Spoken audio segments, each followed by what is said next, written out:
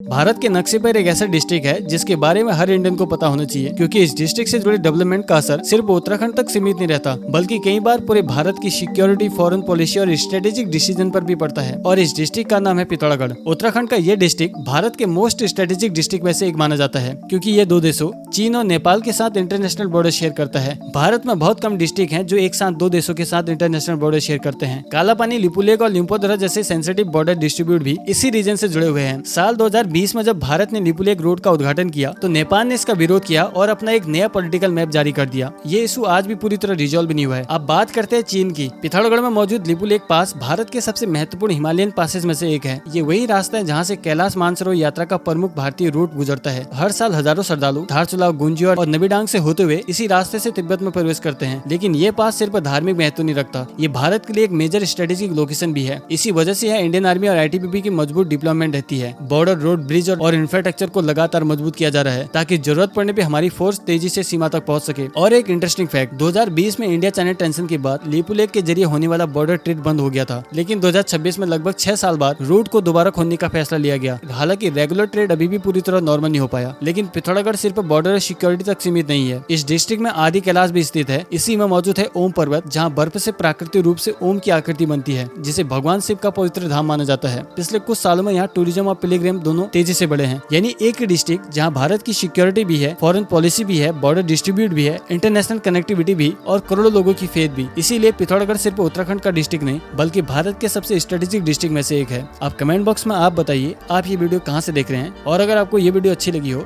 तो फॉलो जरूर कर लेना।